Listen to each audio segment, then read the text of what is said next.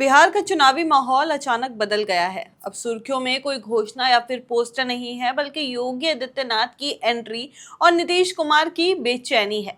खबर है कि नीतीश कुमार और जेडीयू नेताओं को योगी का अंदाज पसंद नहीं है, क्योंकि उनके बयानों में हिंदू मुस्लिम एंगल ज्यादा होता है। आप देख रहे हैं द हिंदी टॉप और मैं हूं आपके साथ सामिया खान। दरअसल बिहार चुनाव में अभी तक बीजेपी और जेडीयू के बीच सब कुछ ठीक दिख रहा था, लेकिन जैसे ही योगी आदित्यनाथ ने मंच से बाबर और औरंगजेब जैसे नामों का जिक्र किया, माहौल गर्म हो गया। इसी सीवान में एसिड उड़ेलने का काम हुआ था। ये वही बिहार है। ये अपराधी फिर से जीवित न होने पाए।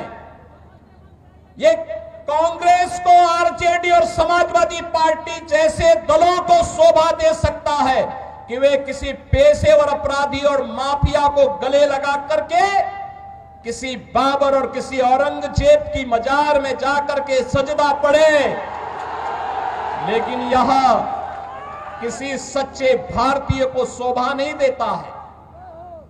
ये नहीं देता है। हम लोग तो उसी मार्ग के पथिक हैं जो गर्व से इस बारे में बोलता है कि रामलला हम आएंगे, मंदिर वही बनाएंगे और बना करके दिखा भी देते हैं। अब किसी को संदेह है अयोध्या? अब सीएम योगी का ये बयान बिहार के सियासी मैदान में आग की तरह फैल गया। नीतीश कुमार और उनकी पार्टी जेडीयू का हमेशा से ये प्रयास रहा है कि बिहार का चुनाव विकास, महिला सशक्तिकरण और अति पिछड़े वर्गों के मुद्दों पर लड़ा जाए, ना कि धर्म के नाम पर। लेकिन योगी आदित्यनाथ की रैलियों के बाद ये संतुलन बिगड़ता दिख रहा है। जेडीयू नेताओं को डर है कि अगर चुनाव का एजेंडा हिंदू मुस्लिम पर शिफ्ट हुआ तो इसका सीधा फायदा महागठबंधन और तेजस्वी यादव को मिल सकता है। ये डर यूं ही नहीं है। कुछ साल पहले मुकेश सहनी, जो अब महागठबंधन में शामिल हैं, उन्होंने खुद माना था कि वो सिमरी बख्तियारपुर सीट इसलिए हार गए क्योंकि उन्होंने योगी आदित्यनाथ की सभा कराई थी। जैसे ही योगी वहां पहुंचे, मुस्लिम वोट एकजुट हो गए और सहनी हार गए।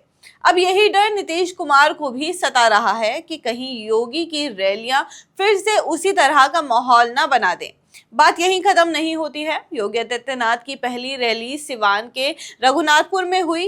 ये वही सीट है जहां से शहाबुद्दीन के बेटे ओसामा आरजेडी के टिकट पर चुनाव लड़ रहे हैं। योगी ने नाम तो नहीं लिया, लेकिन कहा था कि कुछ लोग ऐसे हैं जो लोगों पर एसिड डाल देते हैं और अब उनके बेटे चुनाव लड़ रहे हैं। यानी ये सीधा हमला था ओसामा पर और अप्रत्यक्ष रूप से आरजेडी पर। अब सवाल यह है कि क्या बीजेपी को इससे फायदा होगा या फिर नुकसान। दरअसल बिहार की 18% मुस्लिम आबादी और लगभग 14% यादव वोटर मिलकर महागठबंधन की MY यानी कि मुस्लिम यादव समीकरण बनाते हैं। ये समीकरण पिछले चुनावों में आरजेडी को मजबूती देता रहा है, लेकिन इस बार तेजस्वी यादव ने सिर्फ यादवों को ही नहीं बल्कि कुशवाहा, भूमिहार और अति पिछड़ों को भी टिकट देकर सामाजिक विस्तार की कोशिश की है। परंतु मुस्लिम समाज में असंतोष था, क्योंकि 18% आबादी के बावजूद आरजेडी ने सिर्फ 18 टिकट दिए, जबकि यादवों को 50 से ज्यादा सीटें मिली। ऐसे में तेजस्वी यादव पर दबाव बढ़ा कि किसी मुस्लिम नेता को डिप्टी सीएम बनाने का ऐलान किया जाए। उन्होंने कहा कि एक मुस्लिम चेहरा डिप्टी सीएम होगा, लेकिन अभी तक नाम की घोषणा नहीं हुई है। तेजस्वी यादव समझ रहे थे कि मुस्लिम वोटों का बिखराव उनके लिए खतरा बन सकता है, लेकिन जैसे ही योगी आदित्यनाथ बिहार पहुंचे और हिंदू मुस्लिम एंगल सामने आया, महागठबंधन के चेहरे खिल उठे। क्योंकि जितनी बार बीजेपी के मंच से हिंदू मुस्लिम की बात होती है, उतनी बार मुस्लिम वोट एकजुट होकर महागठबंधन के खाते में चले जाते हैं। यही वजह है कि तेजस्वी यादव अब आक्रामक नहीं बल्कि संयमित नजर आ रहे हैं। वो बार बार अपील कर रहे हैं कि चुनाव हिंदू मुस्लिम पर नहीं, बेरोजगारी और विकास पर होना चाहिए। वहीं दूसरी तरफ बीजेपी चाहती है कि ध्रुवीकरण से उसे हिंदू वोटों का फायदा मिले, लेकिन ये फायदा हर सीट पर नहीं चलेगा, क्योंकि कई सीटों पर मुस्लिम आबादी इतनी ज्यादा है कि अगर वो एकजुट हो गए तो बीजेपी और जेडीयू दोनों के लिए नुकसानदायक साबित हो सकता है। नीतीश कुमार के लिए ये एक दुधारी तलवार बन गई है। एक तरफ वो एनडीए के साथ रहकर सत्ता में बने रहना चाहते हैं, तो दूसरी तरफ वो अपनी सेकुलर छवि भी नहीं छोड़ना चाहते।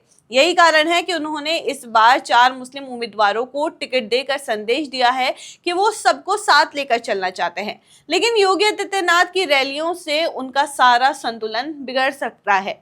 अब जेडीयू के भीतर चर्चा चल रही है कि क्या योगी आदित्यनाथ को बिहार में और रैलियां करनी दी जानी चाहिए, क्योंकि अगर उन्होंने और सभाएं की तो कई सीटों पर सीधे नुकसान का खतरा है। कुछ रिपोर्ट्स के मुताबिक जेडीयू नेता ने बीजेपी हाईकमान से बात की है कि योगी की रैलियां सीमित रखी जाएं।